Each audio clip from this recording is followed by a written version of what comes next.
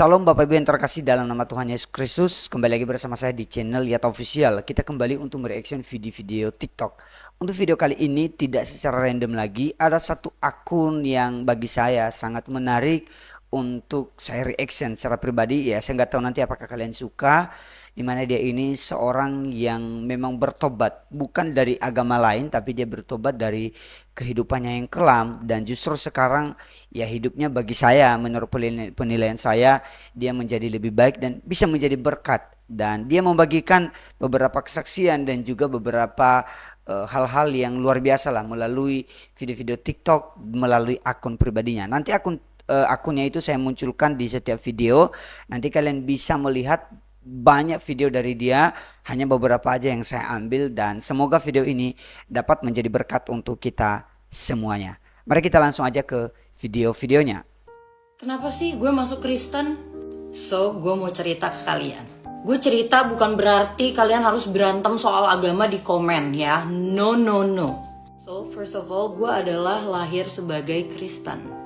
Nyokap gue Kristen. Dan bokap gue itu Muslim. Cuman sejak dia menikah sama nyokap gue, dia masuk Kristen.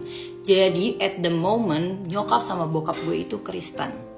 Gue dibesarkan secara Kristen sampai sekitar umur 5 tahun.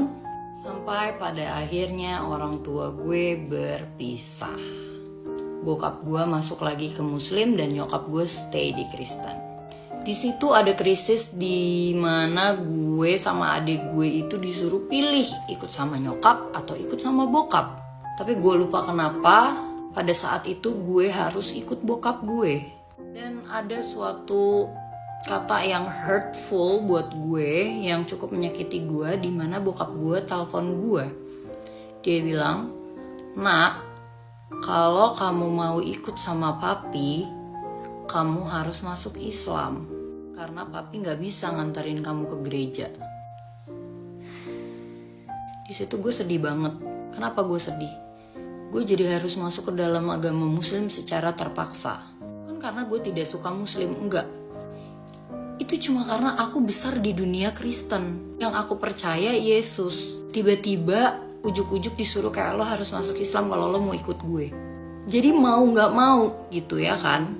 Di situ gue sedih banget karena gue harus masuk agama yang memang gue gak mau. Bukan karena agamanya jelek, bukan. Cuma karena memang caranya salah. Di situ akhirnya gue masuk Islam. Gue puasa ya seperti biasa, taraweh. Gue sholat subuh. Gue yada-yada. Tapi karena paksaan, gue melakukannya dengan tidak sukacita. Dan pada akhirnya, bokap gue give up sama gue. Dia masukin gue ke dalam pesantren, dimana itu bukan pesantren bagus, kan dia juga bukan orang yang punya. Jadi dia masukin gue ke pesantren dimana itu sangat amat traumatized buat gue. Tapi singkat cerita ya, gue dijemput sama nyokap gue, sama oma gue juga waktu itu. Dari situ gue jadi krisis identitas. Gue nggak tahu gue Kristen apa Muslim. Gue bingung, gue lost. Bisa dibilang gue jadinya cuman Islam atau Kristen KTP ya, yang nggak jelas agama gue apa. Gue mengalami mental health yang kurang baik selama bertahun-tahun. Gue udah keluar masuk rumah sakit jiwa. Gue udah minum obat ini itu. Gue sering kambuh. Gue sering masuk rumah sakit gara-gara mental gue. Sampai satu ketika di tahun 2025 gue mengalami overdosis. Itu gue benar-benar kritis dan gue hampir lewat. Tapi gue nggak tahu kenapa Tuhan ada di sana. Tuhan Yesus ada di sana. Yang ngerangkul gue, dia meluk gue, dia bikin hidup gue berarti, dan dia bilang, "Karen, selama ini aku ada di sini. Kamunya aja yang belum sadar." So, gue memilih untuk hidup bersama Kristus. Gue dibaptis. Gue yang tadinya suka party dan lain-lain, gue akhirnya berhenti minum. Gue ke gereja setiap minggu. Gue ke komunitas Kristen setiap minggu. Dan gue merasa lebih sehat sekarang. Karena gue tahu apa yang gue mau. Dan gue tahu apa yang ada di dalam hati gue.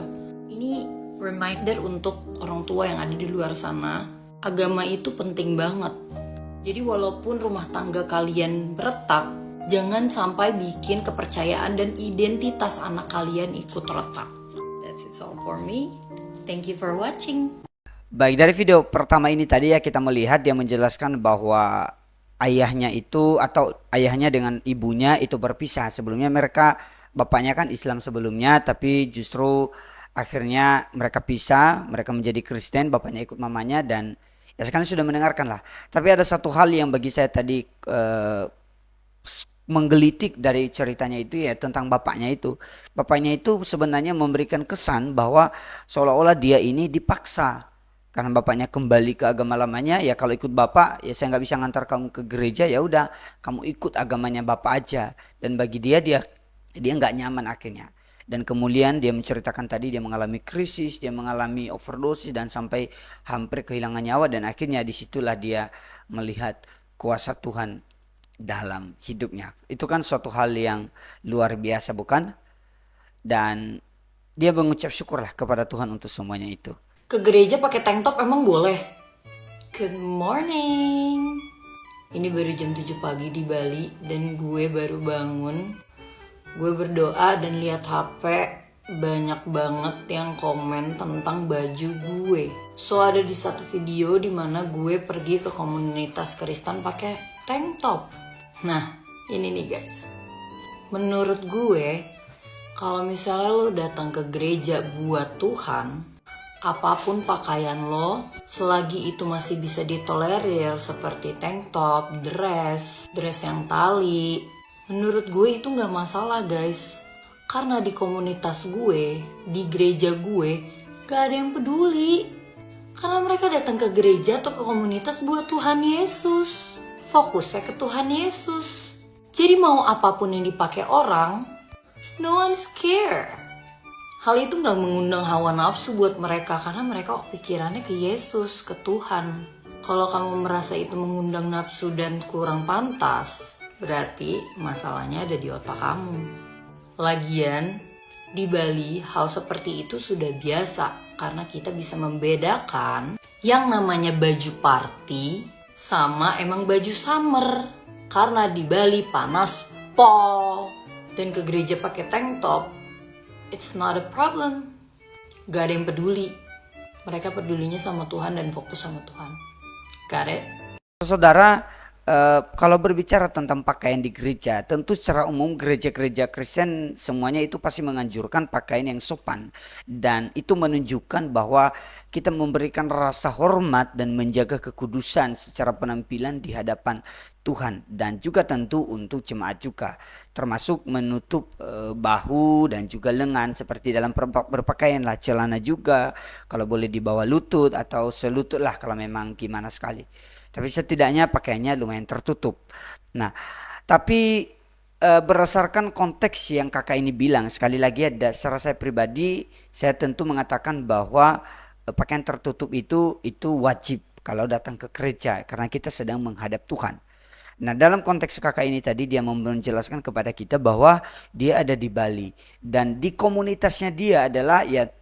Ketika saya melihat memperhatikan juga bahwa komunitasnya dia sama dengan dia, mereka mungkin dari latar-latar belakang yang kurang bagus dan tetapi hal yang luar biasanya adalah mereka membangun komunitas dan dalam komunitasnya itu ya mereka tidak terlalu persoalkan soal pakaian, apalagi dalam konteks Bali. Walaupun saya tahu di Bali juga ada gereja-gereja yang memang masih firm, ada gereja yang reform, ada gereja yang Protestan, ada yang aliran Protestan dan juga yang lain-lain lah. Yang mereka juga menuntut pakaian yang bagus. Tapi dalam konteks kakak ini ya bagi mereka nggak apa-apa. Jadi bagi saya untuk konteksnya dia ya sah-sah aja dia berpakaian begitu. Dan kalau memang kakak ini juga mau merubah di kemudian hari ya nggak apa-apa. Tapi bagi saya kita tidak perlu ngejudge dia gitu loh. Dan kalau dia juga ke gereja orang lain contohnya ya wajib dong kakak ini juga harus berpakaian lebih sopan lagi sesuai konteksnya lah. Itu kalau menurut saya walaupun sekali lagi ya menghadap Tuhan itu tetap harus berpakaian sopan. Karena kita menghadap Tuhan bukan menghadap manusianya doang. Kalian lagi merantau di Bali, Kristen dan belum punya komunitas? Ayo ikutin aku. Lihat keseruan komunitas aku dan kalian harus join. Welcome to Worship Life Community. Ini tempat di mana aku bertumbuh secara rohani. Di sini kami belajar, berdoa dan bertumbuh bersama. Ini tempat dimana aku meninggalkan kehidupan lamaku yang suram. Buat kalian yang kangen punya hubungan intimate sama Tuhan, boleh banget datang ke sini berdoa dan memuji bareng kami.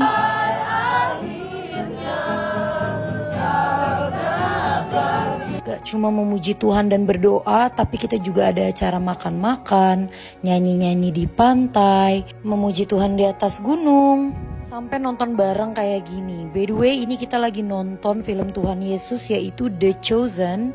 Pas nonton semua orang rasain lawatan Tuhan dan gak ada yang gak nangis. Di sini abis kita nonton, kita sharing tentang apa sih yang kita dapat dari nonton film tersebut. Oh ya, nonton The Chosen itu gratis loh. Kalau kalian mau nonton, linknya aku taruh di caption ya. Yuk sama-sama kita mengenal Tuhan Yesus. See you there. Udah lihat kan keseruan komunitas kita? Jangan lupa join WLC selanjutnya.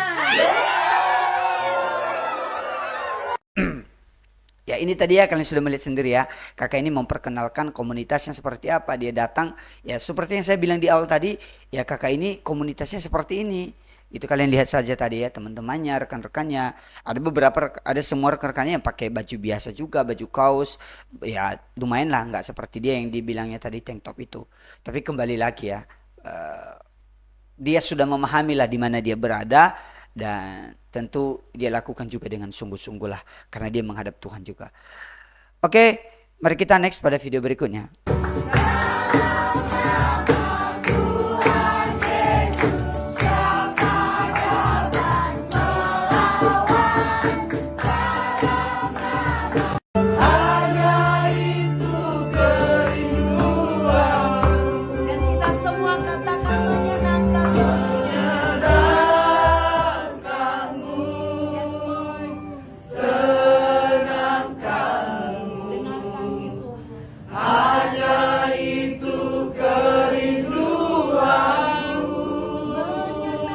Tadi ada 2 video ya, ada 2 lagu. Ya luar biasa ya, mereka menyembah Tuhan, mereka memuji Tuhan di komunitas mereka. Ingat ya, ini bukan gereja tapi komunitas. Dia sebutnya tadi komunitas.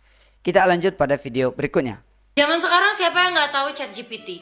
Pusing sedikit, nanya ke ChatGPT. Lagi sedih, ngomong sama ChatGPT. Nanya ini, nanya itu ke ChatGPT. Tapi gue tahu satu yang lebih bagus daripada ChatGPT. Yap, Alkitab. ChatGPT nggak sempurna, bisa salah, tapi Alkitab nggak pernah salah. Dan Alkitab nggak cuma sekedar ngasih kamu jawaban cepat, tapi juga moral hidup. That's why di sini kenapa buat anak-anak muda, kenapa baca Alkitab itu penting? Karena semua jawabannya ada di dalam sini, literally. Kayak ketika aku lagi sedih, aku lagi lost, aku lagi nggak tahu mau ngapain, aku berdoa, aku minta sama Tuhan Yesus, tolong kasih tahu aku apa yang harus aku lakukan. Tuhan Yesus tolong kasih tahu aku apa jawabannya. And then I read it. And then guess what? Dijawab lewat Alkitab. Entah bagaimana caranya, entah bagaimana kebetulan juga kayak nggak tahu. Tiba-tiba ada aja jawabannya. Kalau nggak percaya, cobain malam ini. Luar biasa ya, statement kakak ini dia mengutamakan Alkitab. Berarti dia ini kan berdasarkan pengalaman pribadinya ya. Jadi berdasarkan pengalaman pribadinya dia menemukan bahwa di dalam Alkitab itu memberikan dia jawaban, memberikan dia semua apa yang mungkin dia merasa tidak bisa, tapi dalam Alkitab ada jawaban. Tetapi sekali lagi ya, Alkitab itu juga bukan hanya sekedar menjawab pergumulan kita, tapi juga supaya kita semakin tahu untuk mengenal Tuhan lebih dalam lagi. Oke, mari kita next. Gue gak tahu harus bilang apa lagi selain gue bersyukur banget sama Tuhan. Karena apa? Karena usaha gue sukses coy. Gue kayak tidak pernah terbayangkan bahwa gue akan punya usaha yang sesukses ini, yang dapat review baik dari orang-orang. Padahal dulu gue kerjanya malam, padahal dulu gue kerjanya mabok-mabokan. Padahal gue dulu gak pernah terpikirkan di benak gue bahwa gue akan menjadi business owner yang sehebat ini. Jadi, kalau gue bisa, kalian juga bisa. Mulai dulu gaji gue pas gue mulai bisnis ini cuma 100.000 per bulan. Sekarang, jangan ditanya. Berarti apa? Kalau gue bisa, lu juga bisa.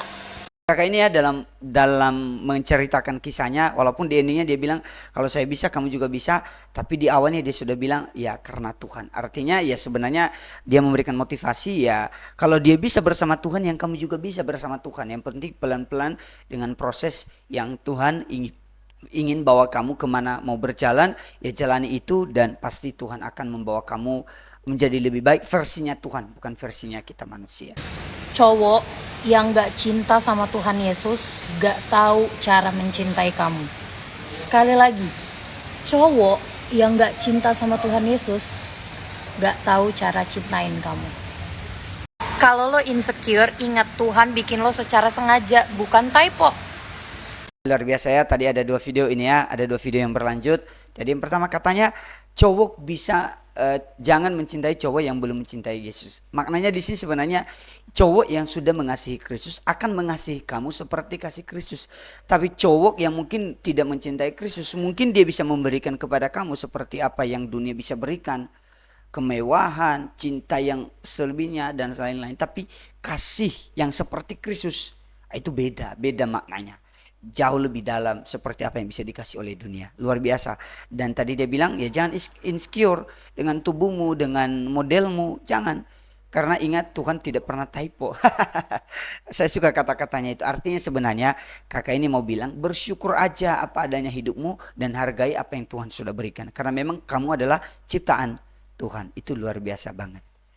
Baik Bapak Ibu, silakan kalian follow akun kakak ini. Saya sudah sematkan tadi, saya sudah perlihatkan kepada kalian. Silakan follow aja akunnya, luar biasa banget. Bagi saya secara pribadi sangat memberkati beberapa yang dia sudah sampaikan. Dan ini menjadi panutan bagi anak-anak muda di luar sana. Tidak ada kemungkinan, tidak ada suatu hal yang menjadi halang bagi kita. Kalau kita untuk mau hidup kembali kepada Tuhan Yesus. Mungkin sebelumnya udah hidup jauh dari Tuhan. Udah jauh dari apa yang seidealnya lah di mata Tuhan atau yang di mata kita manusia pun. Tapi kalau Tuhan bilang kamu jadi anakku ya pasti bisa. Itu suatu hal yang luar biasa. Kakak ini tadi dari masa lalu yang sangat kelam, tapi ketika dia kembali kepada Tuhan, dia mencari Tuhan, dia sungguh-sungguh hidup dalam Tuhan, ya hidupnya juga bisa menjadi berkat. Semoga kakak ini terus dipakai oleh Tuhan dan menjadi berkat baik dalam komunitasnya maupun dimanapun dia berada. God bless you dan Tuhan berkati kita semua juga yang sudah menonton ini. Kalau kalian suka silahkan berikan like kalian, silahkan komen di bawah apa tanggapan kalian. Dan jangan lupa untuk share video ini siapa tahu berguna bagi orang lain dan menjadi berkat bagi mereka.